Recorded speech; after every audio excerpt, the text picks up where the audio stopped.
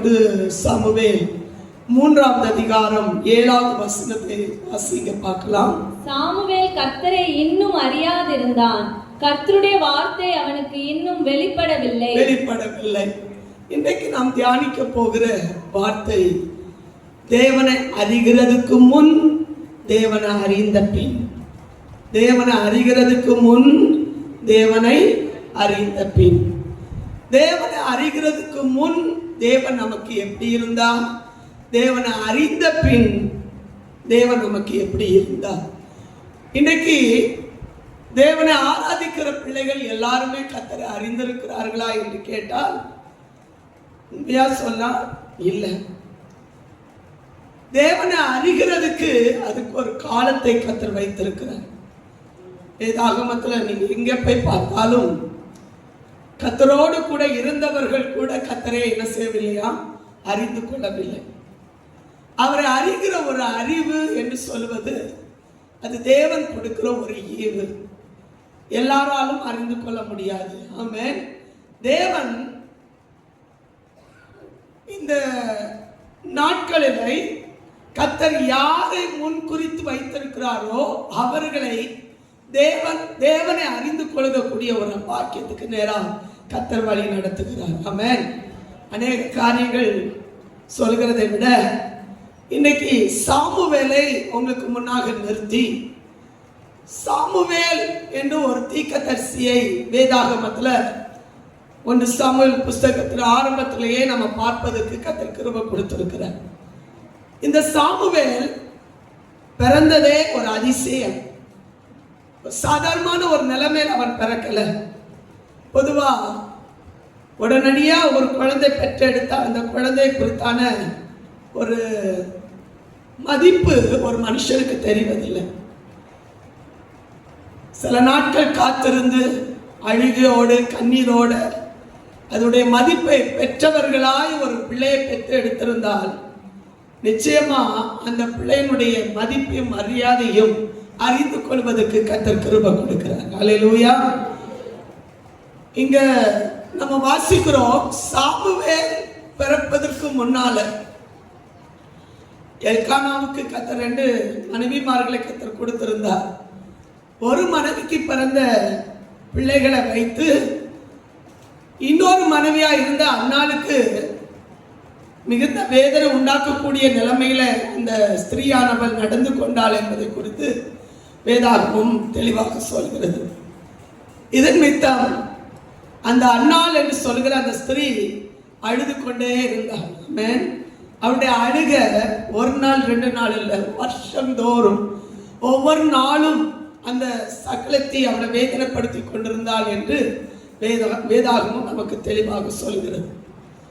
இப்படிப்பட்ட சூழ்நிலையில இந்த அன்னாள் என்ற ஸ்திரீ என்ன செய்கிறாள் என்றால், தேவ சமூகத்துல போய் தன்னுடைய இருதயத்தில் இருக்கிறதை எல்லாவற்றையும் ஊற்றி, பாரங்களை ஊற்றி அவள் சொன்ன ஒரு வார்த்தை, எனக்கு ஒரு ஆண் குழந்தை தருவீர் என்றால் நான் அந்த பிள்ளையை தேவ சந்நிதியில நான் கொண்டு வளர்ப்பேன், கொடுப்பேன் என்று சொல்லி ஒரு ஒரு பொருத்தனையோடு அவள் ஜெபிக்கிறதை நம்ம இந்த இடத்துல நம்ம பார்க்க முடியும்.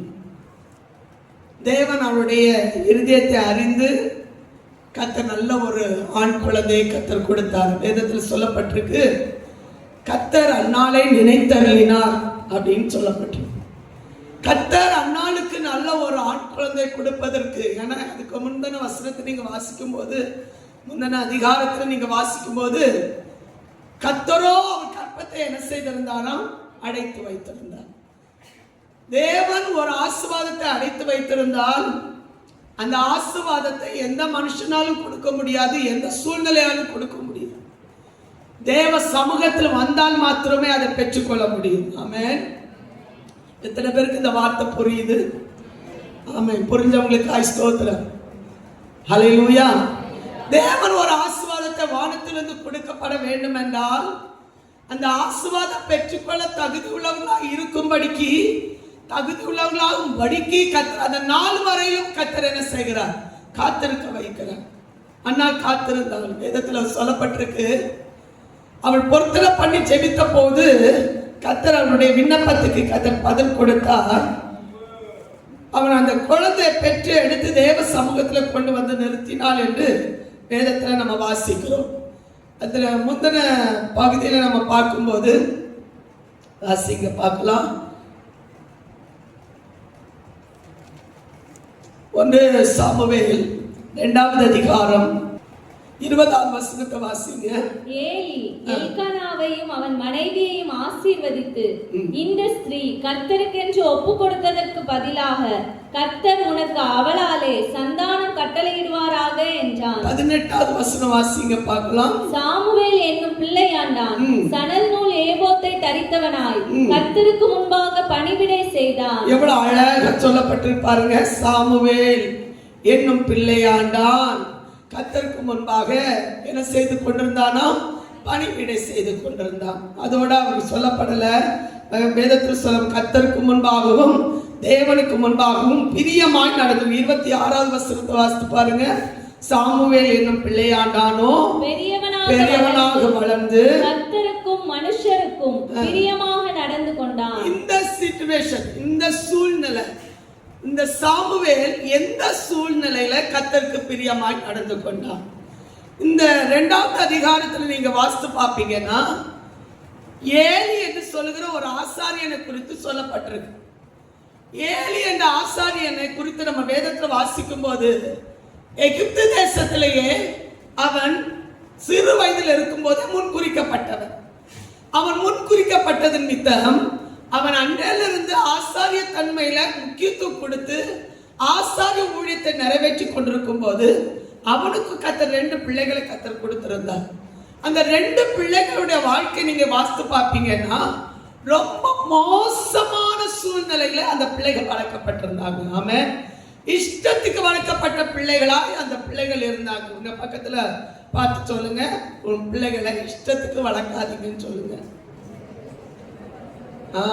ஏன் சொல்ல சொன்னேன்னு தெரியுமா? நம்ம பிள்ளைகள் ஆவிக்குரிய நிலைமையில வளர்க்கப்பட்டா அந்த பிள்ளைகள் எங்க போனாலும் என்ன செய்ய மாட்டாங்க? விட்டு விலக மாட்டாங்க. தேவனை விட்டு விலக மாட்டாங்க. கொஞ்சம் கவனமா இருங்க. இஷ்டத்துக்கு வளர்க்கப்பட்டவங்க. அதனால இவங்க என்ன செய்தாங்க தெரியுமா? தேவனுடைய சமூகத்துல வந்த பிள்ளைகளுடைய காணிக்கைகளை அவலட்சணமா வேதனைப்படுத்தி தேவனை கஷ்டப்படுத்தி அதை உபயோகப்படுத்த வேண்டிய விதத்துல உபயோகப்படுத்தாம அதை வேதனைப்படுத்தின அனுபவத்தை குறித்து வேதத்துல சொல்லப்பட்டிருக்கு. இவங்க யாரா இருந்தாங்கன்னா 12வது வசனம் 2வது அதிகாரம் 12வது வசனத்துல ஏலியின் குமாரர் பேலியாளின் மக்களா இருந்தார்கள். அவர்கள் கர்த்தரை அறியவில்லை, அறியாத ஜனங்களா இருந்தாங்க. அதனால கர்த்தரை அறியாது. இன்னைக்கு கூட இந்த ஆலயத்துல தேவ சமூகத்துல வந்திருக்கிற பிள்ளைகளுக்கு கர்த்தர் எச்சரித்து சொல்லுகிற ஒரு காரியம், தேவனை அறியாதவங்களுக்கு, தேவன் யார் என்பதை புரியாதவங்களுக்கு ஆராதனையுடைய முக்கியத்துவமும் தெரியாது. ஆமென். ஹல்லேலூயா. தேவனை அறிந்தவங்க மட்டும்தான் கர்த்தரை துதிக்க முடியும். தேவனை அறிந்தவங்க மட்டும்தான் கர்த்தருக்கு முன்பாக பயபக்தியோடு நடக்க முடியும். ஹல்லேலூயா. இவங்க என்ன செய்தாங்க தெரியுமா? அதுல வர்ற அத்தனை பேரோடு மோசமா, ஸ்திரீகளோடு மோசமா, அவங்க எவ்வளோ கேவலமா நடக்க முடியுமோ அவ்வளோ காரியங்களை நடந்து கொண்டிருந்தாங்க. அதனால ஒரு தேவனுடைய மனுஷன் மூலம் 7 இடத்துல கர்த்தர் ஒரு எச்சரிப்பை கர்த்தர் கொடுத்தார். வாசிங்க பார்க்கலாம். 27வது வசனத்துல இருந்து வாசிங்க. 27வது வசனம் கவனமா கவனிக்கிறீங்களா? தேவன் ஒரு நியாய தீர்ப்பு செய்யறதுக்கு முன்னால ஒரு எச்சரிப்பின் சத்தத்தை கர்த்தர் கொடுக்கிறார். கர்த்தரை அறிகிற ஒரு பாக்கியத்துக்கு நேரம் வழி நடத்தப்படுவதற்கு கர்த்தர் ஒரு தேவனுடைய மனுஷனை தேவன் ஏலியிடத்துல அனுப்புகிறதை நம்ம இந்த இடத்துல பார்க்க முடியும். வாசிங்க பார்க்கலாம். தேவனுடைய மனுஷன் ஒருவன் ஏலியினிடத்தில் வந்து கர்த்தர் உரைக்கிறது என்னவென்றால், உன் பிதாவின் வீட்டார் எகிப்திலே பார்வோனின் வீட்டில் இருக்கையில் நான் என்னை அவர்களுக்கு வெளிப்படுத்தி என் பலிபீடத்தின் மேல் பலியிடவும் தூபம் காட்டவும் என் சமூகத்தில் ஏபோத்தை தரிக்கவும் இஸ்ரவேல் கோத்திரங்களில் எல்லாம் அவனை எனக்கு ஆசாரியனாக தெரிந்து கொண்டு உன் பிதாவின் வீட்டாருக்கு இஸ்ரவேல் புத்திரருடைய தகன பலிகளை எல்லாம் கொடுக்கவில்லையா?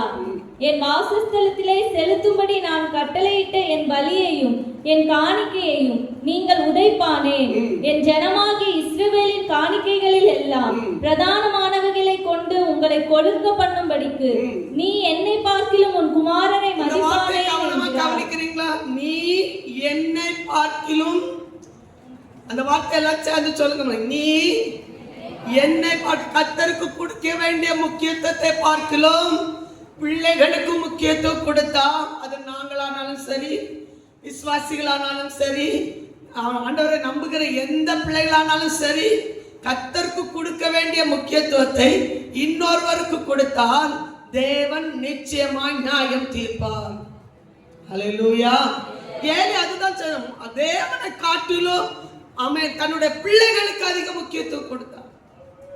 இதை இந்த இடத்துல முக்கியப்படுத்துங்க. கர்த்தருக்காக செய்ய வேண்டிய காரியங்களை செய்யாம வேதத்துல சொல்லப்படும் உங்களை கொழுக்க பண்ணும்படிக்கு நீ என்ன பார்க்கிலும் உன் குமாரரை மதிப்பானேன் என்கிறார். அடுத்த வசனம், ஆகையால் இஸ்ரவேலின் தேவனாகிய கர்த்தர் சொல்லுகிறதாவது, உன் வீட்டாரும் உன் பிதாவின் வீட்டாரும் என்றைக்கும் என் சந்நிதியில் நடந்து கொள்வார்கள் என்று நான் நிச்சயமாய் சொல்லி இருந்தும் இனி அது எனக்கு தூரமாய் இருப்பதாக. சேர்ந்து நம்ம இனி உள்ள பகுதியை நம்ம வாசிக்க போகிறோம். இனி உள்ள பகுதி தேவன் அந்த ஏலியின் குடும்பத்துக்கு அந்த பிள்ளைகள் நித்தம் சொல்லப்பட்ட வார்த்தைகள் என்ன என்பதை கவனமாக கவனித்து வாசிக்க கர்த்தர் நமக்கு பலன் தருவாராக. ஹல்லேலூயா. இனி அது எனக்கு தூரமாய் இருப்பதாக. அந்த முதல் வசனத்திலிருந்து, ஆகையால் இஸ்ரவேலின் தேவனாகிய கர்த்தர் சொல்லுகிறதாவது, உன் வீட்டாரும் உன் பிதாவின் வீட்டாரும் என்றைக்கும் என் சன்னதியில் நடந்து கொள்வார்கள் என்று நான் நிச்சயமாய் சொல்லி இருந்தோம்.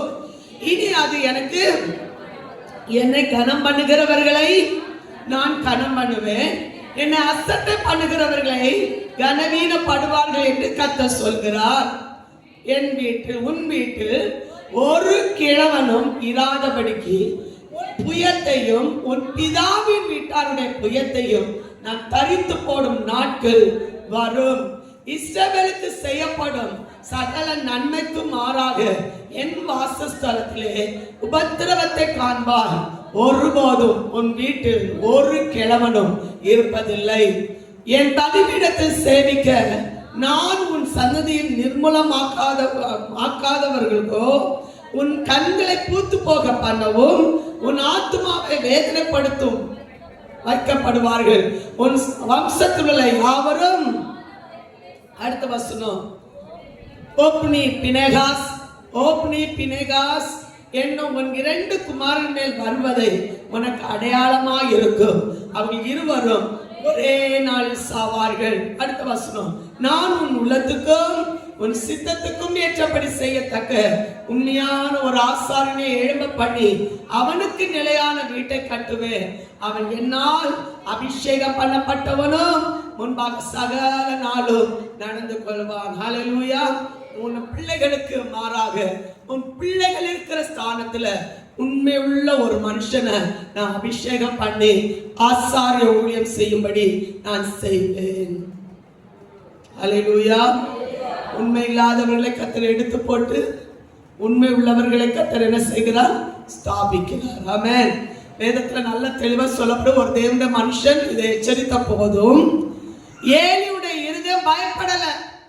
இன்னைக்கு நம்ம தைரியமா இருக்கிறது போல, இன்னைக்கு நம்ம துணிகரமா செயல்படுகிறது போல, அன்னைக்கு இருந்தாங்க இன்னைக்கு இருக்கிறாங்க.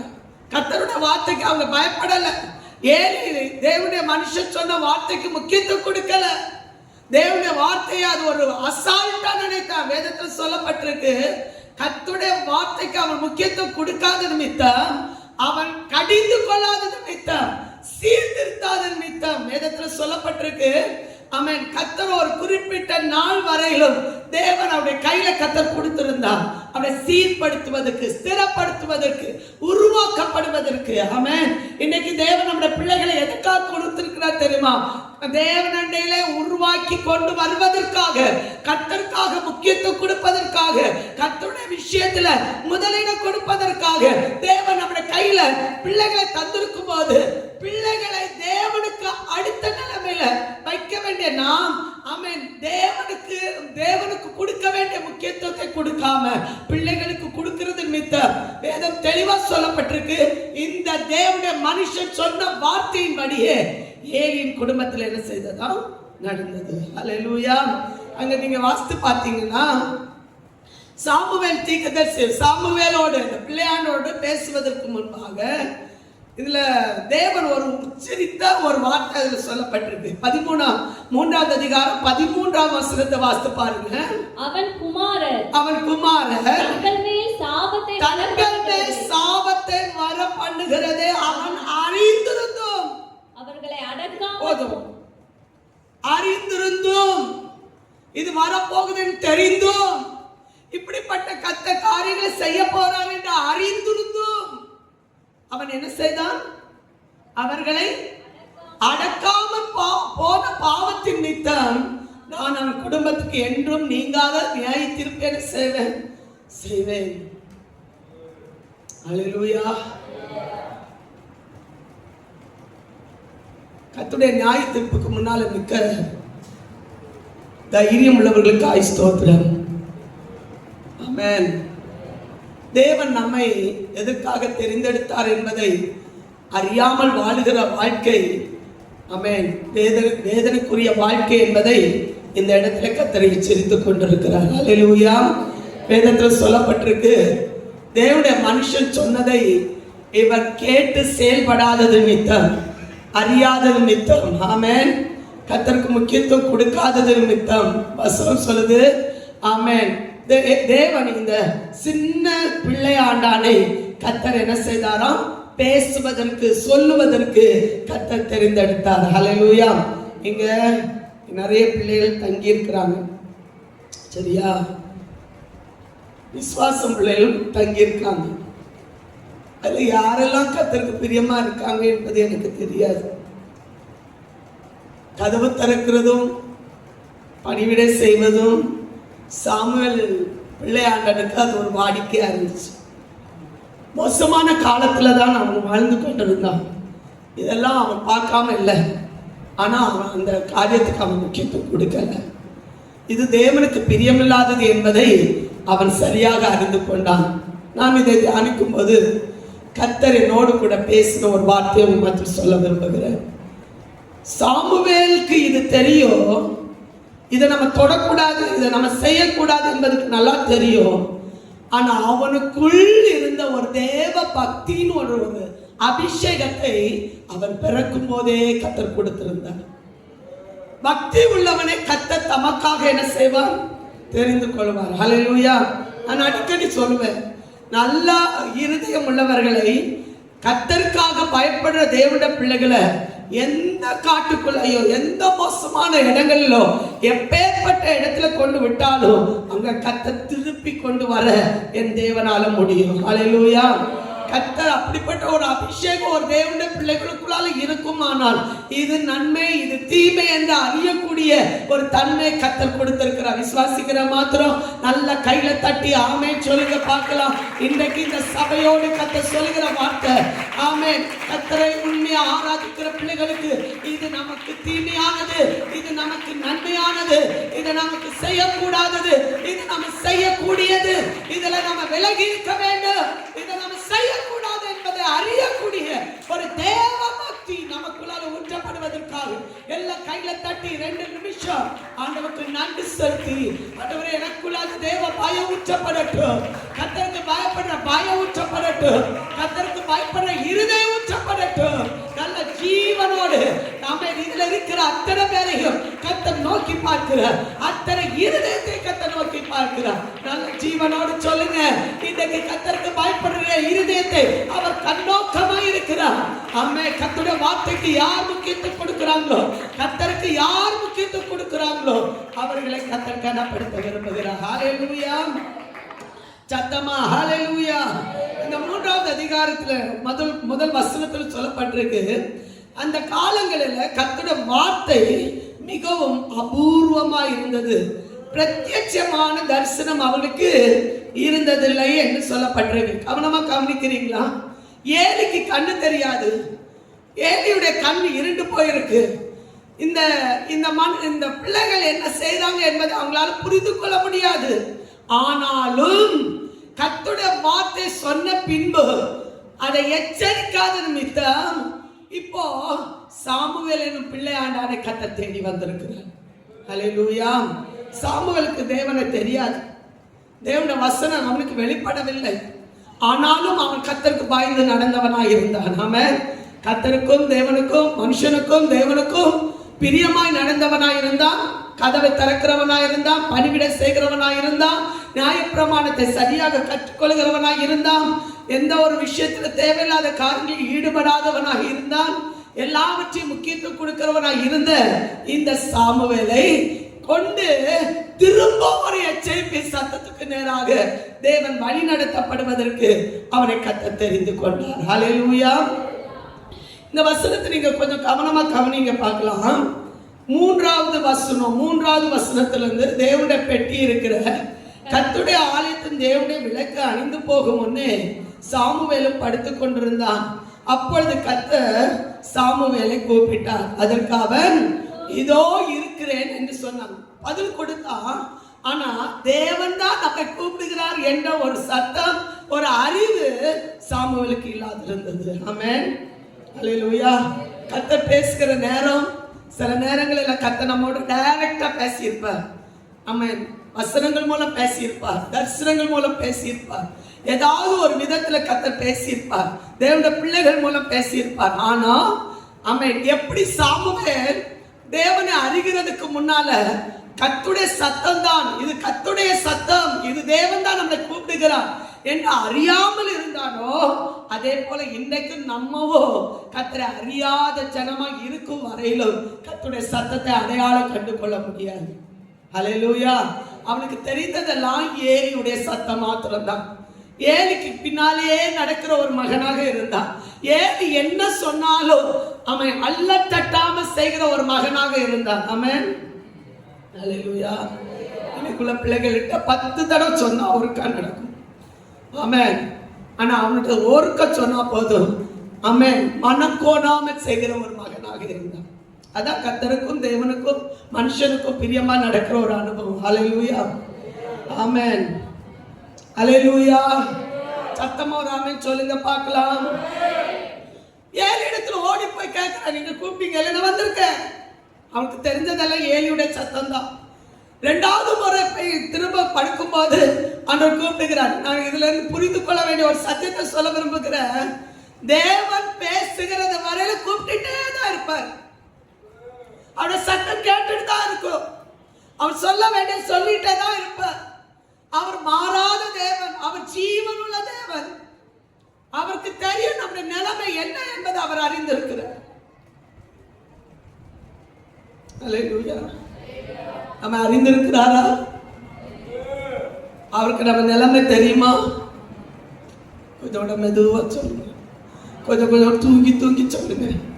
ஒரு அப்ராணி போல இங்க காட்டினா காரியம் நடக்காது, அவருக்கு தெரியாம ஒண்ணும் நடக்காது. ஆமென். இங்க தாழ்மையா நடந்துட்டு போயிடலாப்பா, அவருக்கு முன்னால தப்பவே முடியாது. சத்தம் கேக்குது, ஆனாலும் கர்த்தருடைய சத்தத்தை அறிய முடியல. அவருடைய சத்தம் இன்னும் துடிக்குது. பேசிட்டே இருக்கிறார், கூப்பிட்டுட்டே இருக்கிறார், அவருடைய சத்தம் துடித்துட்டே இருக்குது. இன்னும் சாமுவேல் அவருடைய சத்தத்தை அறிந்து கொள்ளவே இல்லை. இன்னைக்கு ஆண்டவர் கர்த்தருடைய வார்த்தை இந்த இடத்துல துடித்து கொண்டிருக்கிற நேரத்துல கர்த்தர் சொல்லுகிறார், எத்தனை முறை நான் பேசி இருக்கிறேன், எத்தனை முறை நான் அவளோடு சொல்லி இருக்கிறேன், எத்தனை முறை நான் பேசி அவன் கடிந்து கொண்டிருக்கிறேன். இன்னும் அவர்கள் என்ன அறியவில்லை, இன்னும் அவர்கள் என்னுடைய சத்தத்தை கேட்கவில்லை, இன்னும் அவர்கள் கர்த்தருடைய வார்த்தைக்கு கீழ்ப்படியவில்லை என்று சொல்லுகிற ஒரு வார்த்தையின் சத்தம் இந்த சபையோடு கர்த்தர் பேசி கொண்டிருக்கிறது. என் ஆவில நான் உணர்கிறேன். கைகளை தட்ட முடிஞ்சவங்க சொல்லுங்க, ஆண்டவரே நீர் என்னோடு பேசுங்கப்பா, என்னுடைய சத்தத்தை கேட்கக்கூடிய ஒரு அறிவு எனக்கு தாங்க, ஒரு ஞானம் எனக்கு தாங்க, ஒரு கீழ்ப்படிதல் எனக்கு தாங்க. ஆமென். இருதயம் திறக்கப்படட்டும் சொல்லுங்க. ஆமென். அறிகிற ஒரு அறிவு எனக்கு வரட்டும் சொல்லுங்க. கர்த்தர் தான் என்னோடு பேசுகிறார், கர்த்தர் தான் என்னோடு கிரியை செய்கிறார், கர்த்தருடைய சத்தம் தான் என்பதை அறிந்து கொள்ளக்கூடிய ஒரு அபிஷேகத்தை எனக்கு தாங்க. முடிந்தவங்க நல்ல மேல கையை தட்டி சொல்லுங்க. இன்னைக்கு இந்த சபையோடு கூட கர்த்தர் சொல்லுகிறார், அந்த அறிவினத்தை, அந்த அறியாமையை கர்த்தர் மாற்ற வேண்டும் என்று கர்த்தர் விரும்புகிறார். எத்தனை பேர் அதை அறியணும் விரும்புறீங்க? சாமுவேல் தீர்க்கதரிசி ஒரு காலகட்ட வரையிலும் கர்த்தருடைய சத்தத்தை அறியல, பிரத்யட்சமா கர்த்தருடைய சத்தத்தை புரிந்து கொள்ள முடியல. ஆனா கர்த்தர் தான் பேசினார்,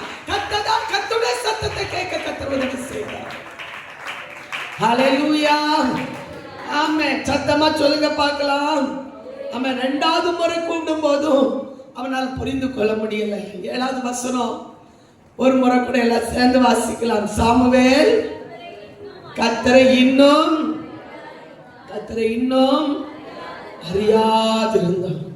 கர்த்தர் தான் பேசினார், ஆனா அறியல. யூதன் அல்லாத ஒரு தேவனுடைய மனுஷன் கோரேஸ், அவனை குறித்து வேதம் தெளிவா சொல்லுது, நீ என்னை அறியாதிருந்தும் என்னுடைய நாமத்தை நான் உனக்கு என்ன செய்தேன், தரிப்பித்தேன். அவரை அறியாதிருந்தும் அவருடைய நாமத்தை கர்த்தர் நமக்கு என்ன செய்தாராம், தரிப்பித்தார். அந்த வசனத்தை எடுத்து வாசிங்க. எசாயா 45வது அதிகாரம் 4-6 வசனத்தை எடுத்தவங்க வாசிங்க. வெண்கல கதவுகளை உடைத்து இருப்பு தாழ்பால்களை முறித்து அந்தகாரத்தில் இருக்கிற பொக்கிஷங்களையும் ஒளிப்பிடத்தில் இருக்கிற புதையல்களையும் உனக்கு கொடுப்பேன். நான் என் தாசனாகிய யாக்கோபி நிமித்தமும் நான் தெரிந்து கொண்ட இஸ்ரவேலி நிமித்தமும் நான் உன்னை பெயர் சொல்லி அழைத்து நீ என்னை அறியாதிருந்தும் உனக்கு நாமம் தரித்தேன்.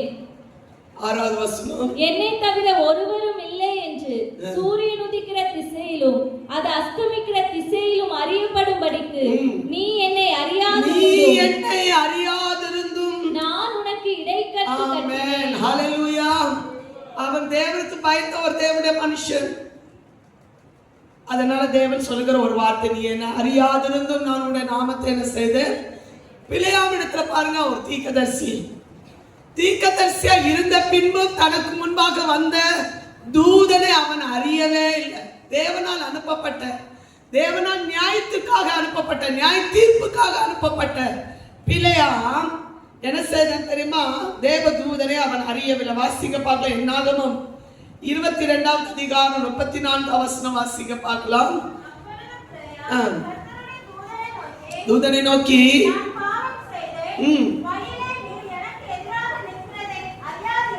நீ வழியில நிற்கிறதே அறியாதிருந்தேன். தெளிவா சொல்லுது, வழியில நீர் எனக்கு எதிராக நிற்கிறதை அறியாதிருந்தேன். இப்பொழுது உமக்கு பார்வைக்கு இது தகாததா இருக்குமானால் நான் என்ன செய்கிறேன், திரும்பி போனேன். அவனுக்கு கண் திறக்கப்படுகிறது வரையிலும் அவன் கர்த்தரை அறியவே இல்லை. மனோவா என்று சொல்கிற ஒரு தேவனுடைய மனுஷன், அவனோடு கூட கர்த்தர் பேசுகிறதை அவன் அறியாதிருந்தான். நாம் வாசிங்க பார்க்கலாம். நியாயாதிபதிகள் 13வது அதிகாரம் 16வது வசனம், இன்னொருவர் 14வது அதிகாரம் 4வது வசனம் வாசிங்க. கர்த்தருடைய தூதனானவர் மனோவாவை நோக்கி, நீ என்னை இருக்க சொன்னாலும் நான் உன் உணவை புசியே. நீ சர்வாங்க தகனபலி இட வேண்டுமானால் அதை நீ கர்த்தருக்கு செலுத்துவாயாக என்றார். 14வது அதிகாரம் 4வது வசனம்,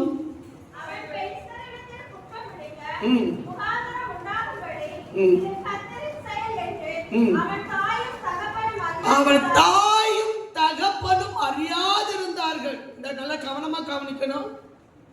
பெலிஸ்திய பெண்ணை தேடி போற இடத்துல அப்பா அம்மாட்ட சொல்லி இருக்கிற ஒரு வார்த்தை என்ன தெரியுமா, அந்நிய பெண்களோடு கூட இவன் என்ன செய்யக்கூடாது, சம்பந்தம் கலக்கக்கூடாது. நல்ல டெடிகேஷனோடு இருந்த இந்த மனுஷன் அவனை தூரப்படுத்துவதற்காக, அவனை தனிமைப்படுத்துவதற்காக, அவனுடைய கண்கள் பிடுங்கப்படுவதற்காக, பெலிஸ்தர் கையில விட்டு கொடுப்பதற்காக சத்துரு எடுத்த ஒரு ஆயுதம் என்பதை பெற்றோர் அறியாதிருந்தார்கள். இன்னைக்கு அநேக பெற்றோருக்கு என்ன நடக்கு, பிள்ளைகளுக்கு என்ன நடக்கு என்பதை அறியாதிருக்கும் வரையிலும் கர்த்தருடைய நியாய தீர்ப்பை நம்ம புரிந்து கொள்ள முடியாது. ஹல்லேலூயா. இந்த வசனத்தை நீங்க கொஞ்சம் கவனமா கவனித்து பாருங்க. அவன் பெலிஸ்தரிடத்தில் குற்றம் பிடிக்க முகாந்திரம் உண்டாகும்படி இது கர்த்தரின் செயல் என்று அவன் தாயும் தகப்பனும் அறியாதிருந்த அக்காலத்தில் பெலிஸ்தர் இஸ்ரவேலை ஆண்டு கொண்டார்கள். கர்த்தருடைய வல்லமை பெற்ற தேவனுடைய பிள்ளைகளுக்குள்ளால கர்த்தருடைய வல்லமை இருக்கும் வரையிலும் நாம் ஜெயம் பெற்றவர்கள். ஆமென். ஆனா சத்ரு அதை வீழ்த்துவதற்கு எத்தனையோ காரியங்களை அவன் முன்னிறுத்தும் போது அதை அறிந்து கொள்ளக்கூடிய அபிஷேகத்தை கர்த்தர் நமக்கு தாராளமாய் தந்து பலப்படுத்துவாராக. ஹல்லேலூயா. சீஷர்கள் பாருங்க, இயேசுவோடு கூட இருந்தவங்க, இயேசுடைய அற்புதத்தை பார்த்தவங்க, கர்த்தருடைய சத்தத்தை கேட்டவங்க. ஆனாலும் சீஷர்கள் தேவனை என்ன செய்யலையா, அறிந்து கொள்ளவில்லை. மார்க் எழுதின சுவிசேஷம் 14வது அதிகாரம் 40வது வசனத்தை வாசிங்க பார்க்கலாம். மார்க் எழுதின சுவிசேஷம் 14வது அதிகாரம் 40வது வசனம். அவர் திரும்ப வந்தபோது அவர்கள் மறுபடியும் நித்திரை பண்ணுகிறதை கவனமா கவனிக்கிறீங்க. அவர் திரும்ப வந்தபோது அவர்கள் மறுபடியும் நித்திரை பண்ணுகிறதை கண்டார். அவர்களுடைய கண்கள் மிகுந்த நித்திரை மயக்கம் அடைந்திருந்தபடியால் நாங்கள் மறுமொழியாக அவருக்கு சொல்வது இன்னதென்று அறியாதிருந்தார்கள். அழகா இருக்குல்ல? நித்திரை மயக்கமாய் அடைந்திருந்தபடியால். நீங்க கவனமா கவனிக்கிறீங்களா? நல்ல தூக்கத்துல எழுதி உட்கார்ந்துட்டு சில வார்த்தைகள் எல்லாம் சொல்லுவாங்க.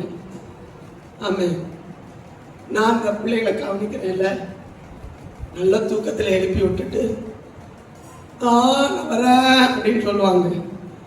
நான் காலையில் எழுப்பி கேட்டா சொல்லுவாங்க, நீங்க எழுப்புனீங்களா, நீங்க என்ன கூப்பிட்டீங்களா? ஆனால் புலம்பி எழும்பி இருப்பாங்க. இதுக்கு முன்னால நடந்த ஒரு சம்பவத்தை சொல்றேன். ஏசப்பாட்ட எல்லாம் பேசியிருக்காங்க. ஆமா, என் பக்கத்துல தான் படுத்திருந்தேன். ஏசப்பா என் விட்டுட்டு போயிட்டீங்கப்பா, ஏசப்பா கூட வாரப்பா. காலையில் எழுப்பி கேட்டா, நீ ஏசப்பா பாத்தியா? பார்க்கல. ஏசப்பாட்ட பேசுனியா? பேசல. பேசவே இல்லை, இல்லவே இல்லை. நான் தூங்கிட்டு தான் இருந்தேன். அப்போ எனக்கு ஒரு சந்தேகம், இவங்க தானா தான் பேசிட்டு இருந்திருக்காங்க இல்லையா? அடுத்த நாள் இதே காரியம் தொடர்ந்துச்சு. சரியா? எனக்கு தூக்கமே வரல. இவே ஏசப்பாட்ட பேசிட்டே தான் இருக்காங்க. ஏசப்பையா வந்திய போனிய நல்லா பேசுனாங்க. ஒரு நண்பன்கிட்ட பேச மாதிரி எல்லாம் பேசிட்டு. அப்போ இவங்களுக்கு எப்படி சொல்லி கொடுக்கணும்ல, இவங்க ஏசப்பாட்ட தான் பேசுனாங்கன்னு பார்த்தேன். வேற வழியே இல்லை. ரெக்கார்ட் எடுத்தேன். காலையில் எழுப்பி, இது வாட்ஸ்அப் தானா, நீ ஏசப்பாட்ட பேசுறது தானா? நம்பவே இல்லை. இப்படிதான் இருந்தாங்க அன்னைக்குள்ள சிஷ்யன். எப்படி இருந்தாங்க? ஏசப்பா வந்து தட்டினாங்க. நித்திர மயக்கமா இருந்தாங்களாம். எழுப்பின பிறகு எழும்ப முடியல. காரணம் மயக்கம். ஆமென், மயக்கம், நித்திர மயக்கம். என்ன பேசுறாங்கன்னு அவங்களுக்கு தெரியாது. பேசித்தான் இருந்தாங்க. வார ஆண்டவரே, நாங்க எழுப்புற ஆண்டவரே, ஜெபிக்கிற ஆண்டவரே அப்படிதான் சொன்னாங்க. ஆனா எழுப்புறது தெரியாது, ஜெபிக்கிறேன்னு சொன்னது தெரியாது. அவங்க நித்திர மயக்கமா இருந்தாங்க. வேதத்துல தெளிவா சொல்லுது, 3வது முறை அவங்க எழுப்பும் போது, இனி நீங்க நித்திர பண்ணி இளைப்பாருங்க, இதோ வந்து விட்டான் பிடிக்கக்கூடியவன். ஆமென், ஹல்லேலூயா. ஏற்ற நேரத்தில் எழுப்பப்படும் போது நம்ம எழுப்பிட்டோம் அப்படின்னா நீங்களும் நானும் பாக்கியம் பெற்றவர். நல்ல கையை தட்டி ஒரு ஆமென் சொல்லுங்க பார்க்கலாம். அறியாத ஒரு காலம் இருக்கு, அறியாத ஒரு நேரம் இருக்கு, அறியாம செயல்படுற காலம் இருக்கு. ஆனா அந்த அறியாமை காலத்துல கட்ட சொல்லுகிற ஒரு வார்த்தை, சில நேரங்களில் அறியாமை காலத்துல அறியாத போல அவர் செயல்பட்டாலும் இப்போதோ நீங்கள் மனம் திரும்ப வேண்டும் என்று சொல்லுகிற ஒரு வார்த்தை கத்தரின் இடத்துல வெளிப்படுத்த. நல்ல கையை தட்டி ஆமென் சொல்லுங்க பார்க்கலாம். ஹல்லேலூயா. சத்தமா ஹல்லேலூயா. யோவான் எழுதின சுவிசேஷம் 20வது அதிகாரம் அதோட 9வது வசனத்தை வாசித்து பாருங்க. யோவான் எழுதின சுவிசேஷம் 9வது அதிகாரம், ஆமென், 20வது அதிகாரம் 9வது வசனம்.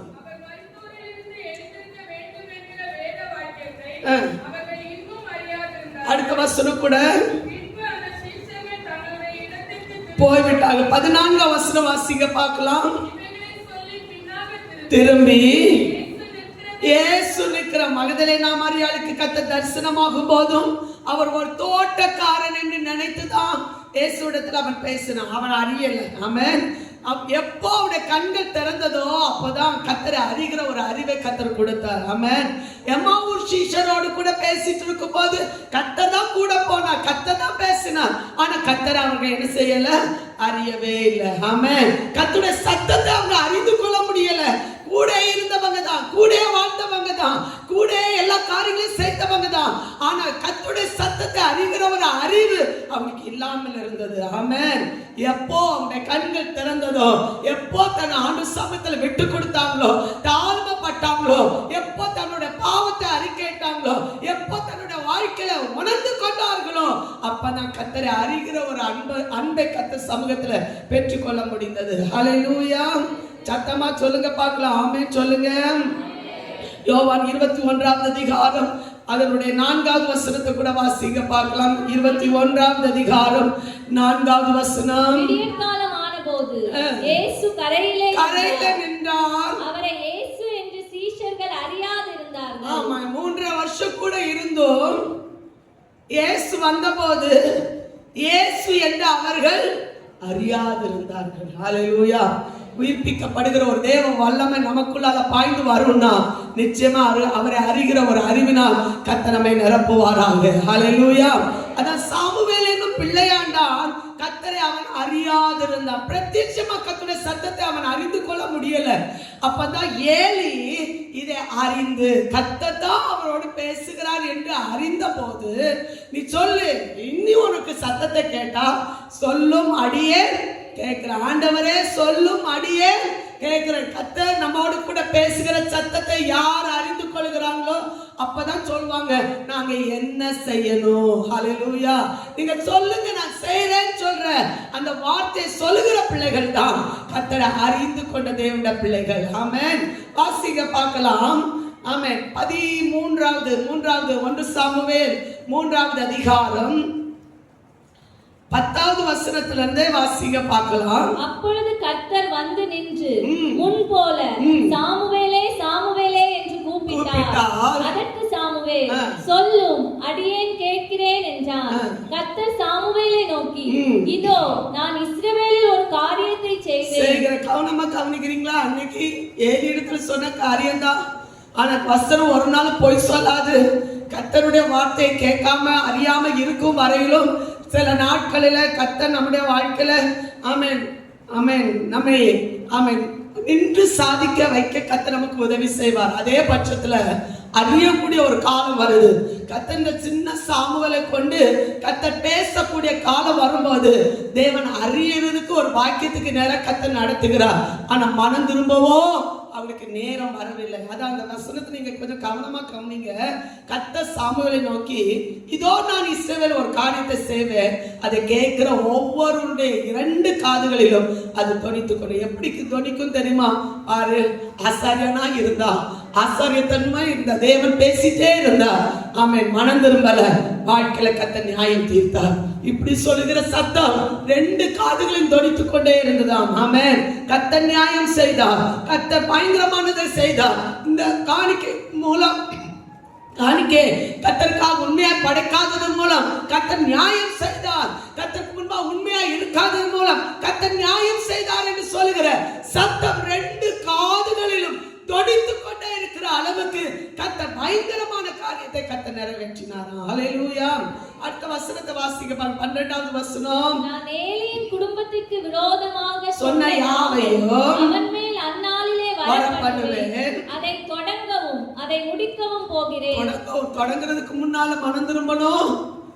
தொடங்கிறதுக்கு முன்னால அர்ப்பணிச்சிடணும். தொடங்க முன்னால ஐ சரண்டர் ஆல் சொல்லிடணும்.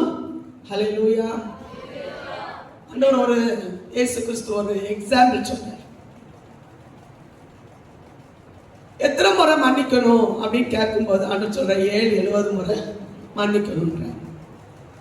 அதுல ஒரு எக்ஸாம்பிள் சொல்றேன். கொஞ்சமா மன்னிச்சவங்க அதிகமா அன்பு செலுத்துவாங்களா, அதிகமா மன்னிச்சவங்க அதிகமா அன்பு செலுத்துவாங்களா அப்படின்னு ஒரு கேள்வி. நீங்க என்ன சொல்ல போறீங்க? அதிகமா மன்னிக்கப்பட்டவங்க தான் அதிகமா என்ன செய்வாங்க? அன்பு கூறுவாங்க. ஒருவன் தப்பு செய்தால்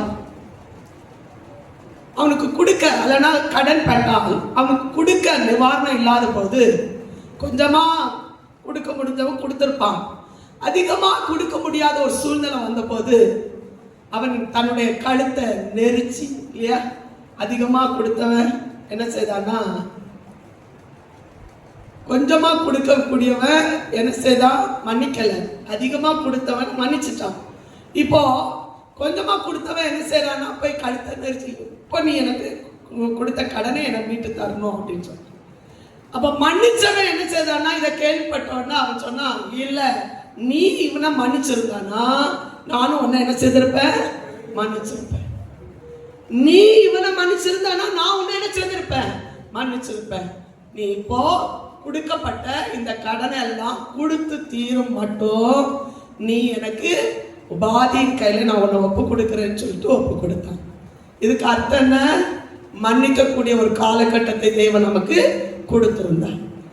தேவன் நியாயத்திற்கு முன்னால, அவர் தொடங்குறதுக்கு முன்னால ஒரு தருணத்தை தந்திருக்கும் போது அந்த தருணத்தை நாம் பிரயோஜனப்படுத்தினால் அவர் பாக்கியம் பெற்றவர்கள். நல்ல கையை தட்டி ஒரு ஆமென் சொல்லுங்க பார்க்கலாம். புரிஞ்சவங்க ஆமென் சொல்லுங்க பார்க்கலாம். ஆமென். அதிகமாய் கொடுத்தவன் அதிகமா மன்னிச்சுட்டான், ஆனா கொஞ்சமா கொடுத்தவனுக்கால மன்னிக்க முடியல. அவன் மன்னிக்கிறதுக்கு கஷ்டப்பட்டது நிமித்தம் அவன் வாழ்க்கையில உபாதியின் கையில கொடுக்க வேண்டிய சூழ்நிலை ஏற்பட்டது. ஆமென், ஹல்லேலூயா. இந்த வார்த்தையை நீங்க கொஞ்சம் கவனமா கவனிக்கணும். தேவன் நியாயத்திற்க தொடங்கினால் அதை முடிக்கவும் ஸ்டாப் பண்ண முடியாது. தொடங்கின வர நில்லுன்னு சொல்ல முடியாது. தொடங்கிட்டாருன்னா முடிக்க வரையில் அவருடைய செயலை முடிச்சிருந்தார். ஹல்லேலூயா. தெரியல, கர்த்தருடைய ஆவியானவர் இந்த நாளில் சொல்லிக் கொண்டிருக்கிற வார்த்தைகள் வல்லமுள்ள வார்த்தைகள். கர்த்தர் நம்மை பலப்படுத்துவாராக. இருதயத்தை தொட்டு சொல்லுங்க, ஆண்டவரே இந்த நியாய தீர்ப்புக்கு என்னை விலக்கி பாதுகாத்துக் கொள்ளுங்க. சொல்றவங்களை கர்த்தர் விலக்குவார். சொல்லுங்க, என்ன நியாய தீர்ப்பு, கர்த்தருடைய வார்த்தைக்கு கீழ்ப்படியாத, ஆமென், கர்த்தருடைய வார்த்தைக்கு முக்கியத்துவம் கொடுக்காத, ஆமென். வேதம் தெளிவா சொல்லப்பட்டிருக்கு. அவன் ஆமென் தன்னுடைய வார்த்தை, கர்த்தருடைய வார்த்தையை அறிந்திருந்தும் தன் பிள்ளைகளை அடக்காமல் போனது நிமித்தம் இந்த காரியத்தை நான் செய்வேன் என்று சொல்லிதான் கர்த்தர் அதை ஆரம்பிக்கிறத நம்ம பார்க்க முடியும். நம்முடைய இருதயம் தொட்டு சொல்லுங்க, என்னையோ என் குடும்பத்தையோ இந்த நியாய தீர்ப்பு வரவே கூடாதப்பா. நீங்க தொடங்குறதுக்கு முன்னால ஆமென் நாங்க சரண்டர் ஆக வேண்டிய இடத்துல சரண்டராக எனக்கு இருப்பத்தாங்க. இந்த சபைக்கு அது ஒரு இரக்கத்தை கத்த தர விரும்புகிறார். சொல்லுங்க, கண்ணை மூடி ஒரு நிமிஷம் சொல்லுங்க. உங்களை பார்க்குறவங்க எத்தனை பேர் பார்த்தாலும் பார்த்துட்டு போட்டோம். ஆனால் ஒரே ஒரு வார்த்தை இருதயம் திறந்து ஆண்டவருக்கும் உங்களுக்கும் இடையில இருதயம் திறந்து சொல்லுங்க, ஆண்டவரே நீங்க தொடங்குறதுக்கு முன்னால நியாய தீர்ப்பு செய்யறதுக்கு முன்னால நாங்க செய்ய வேண்டியதை, நாங்க தாழ்மைப்பட வேண்டியதை, நாங்க செய்யணும்னு சொன்ன காரியத்தை நாங்க செய்து முடிக்கக்கூடிய ஒரு அபிஷேகத்தை இந்த சபையில் உள்ள ஒவ்வொரு பிள்ளைகளுக்கு தருவாராக. நம்ம ஒவ்வொரு பேரையும் கர்த்தர் அபிஷேகிப்பாராக. இந்த சபையை கர்த்தர் பலப்படுத்துவாராக. விசுவாசிக்கிற மாத்திரம் கையில தட்டி ஆமென் சொல்லுங்க பார்க்கலாம். நல்ல கையில அந்த தாழ்மையின் அபிஷேகத்தை அவன் ஏழுக்குள்ளால வர முடியல, அந்த ரெண்டு பிள்ளைகளுக்குள்ளால வர முடியல. கர்த்தர் காலத்தை கர்த்தர் கொடுத்திருந்தார், தருணத்தை கர்த்தர் கொடுத்திருந்தார், வாய்ப்பை கர்த்தர் கொடுத்திருந்தார். ஆனால் அவனால நம்பிக்கை ஆமென் அந்த காரியத்தை நிறைவேற்ற முடியல, திருத்த முடியல. கர்த்தருடைய பார்வையில் இன்னும் பொல்லாப்பானதை செய்து கொண்டிருந்தார்கள். கர்த்தர் அவர்களுடைய வாழ்க்கையில செய்யக்கூடிய காலம் வந்த போதோ அவர் தொடங்கினார். ஹல்லேலூயா. அடுத்த வசனம் வாசிக்க பார்க்கலாம். அவன் குமாரன் அவர்கள் மேல் சாபத்தை வரப்பண்ணுகிறதை அவன் அறிந்திருந்தும் அவர்களை அடக்காமற் போன பாவத்தின் நிமித்தம் நான் அவன் குடும்பத்துக்கு என்றும் நீங்காத நியாய தீர்ப்பு செய்வேன் என்று அவனுக்கு அறிவித்தேன். அடுத்த வசனம் தான் ரொம்ப பயங்கரமான வார்த்தை. எல்லாம் சேர்ந்து வாசிக்கலாம். அது நிமித்தம் ஏலியின் குடும்பத்தார் செய்த அக்கிரமம் ஒருபோதும் பலியினாலாவது காணிக்கையினாலாவது நிவர்த்தி ஆவதில்லை என்று ஏலியின் குடும்பத்தை குறித்து ஒரு முறை கூட சொல்லுங்க பார்க்கலாம். அதன் நிமித்தம் ஏலியின் குடும்பத்தார் செய்த அக்கிரமம் ஒருபோது பலியினாலாவது காணிக்கையினாலாவது நிவர்த்தி ஆவதில்லை என்று ஏலியின் குடும்பத்தை குறித்து ஆணையிட்டிருக்கிறேன். ஹல்லேலூயா. இதெல்லாம் நான் செய்ய போகிறேன். 18ஆம் வசனம். அப்பொழுது சாமுவேல் ஒன்றையும் அவனுக்கு மறைக்காமல் அந்த காரியங்களை எல்லாம் அவனுக்கு அறிவித்தான். அதற்கு அவர் கர்த்தர் அவர் தமது பார்வைக்கு நலமானதை செய்வாராக ஒப்பு கொடுத்தார். ஆமென். அவர் கர்த்தர், அவர் செய்வதை நான் தடுத்து நிறுத்த முடியாது. அவர் நன்மையானதை செய்து முடிப்பாராக என்று ஒப்பு கொடுத்தான். அடுத்த வசனத்தை வாசித்து பாருங்க. சாமுவேலை கர்த்தர் ஒரு தீர்க்கதரிசி என்று தான் முதல் பேசவா மட்டும் அறிந்து கொள்கிற அளவுக்கு கர்த்தர் அவனை அபிஷேகித்து நடத்தினார். ஹல்லேலூயா.